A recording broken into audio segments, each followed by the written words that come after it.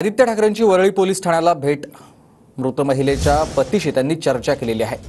आदित्य ठाकरे यांनी वरळी पोलीस ठाण्यात भेट दिलेली आहे आणि मृत महिलेच्या पतीशी त्यांनी चर्चा केली आहे. चालक मुलाला लवकरात लवकर ताब्यात घ्या आणि कडक कारवाई करा अशी मागणी आदित्य ठाकरेंनी वरळी पोलिसांकडे केलेली आहे. वरिष्ठ नेत्यांकडून दबावासाठी फोन येऊ नये असं देखील आदित्य ठाकरे म्हणतात.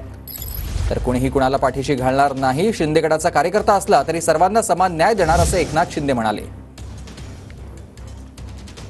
मुलगा होता त्याला आता पकडण्याचा पूर्ण प्रयत्न सुरू आहे.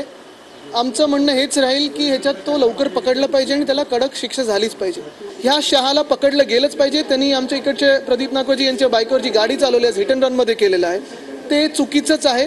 आणि माझी अपेक्षा हीच राहील की कुठूनही वरिष्ठ नेत्यांकडून फोन येऊ नये. जर आलाच तर कारवाई कुठपर्यंत गेलेली आहे आणि त्या मुलाला पकडले की नाही ह्याच्यावर असू.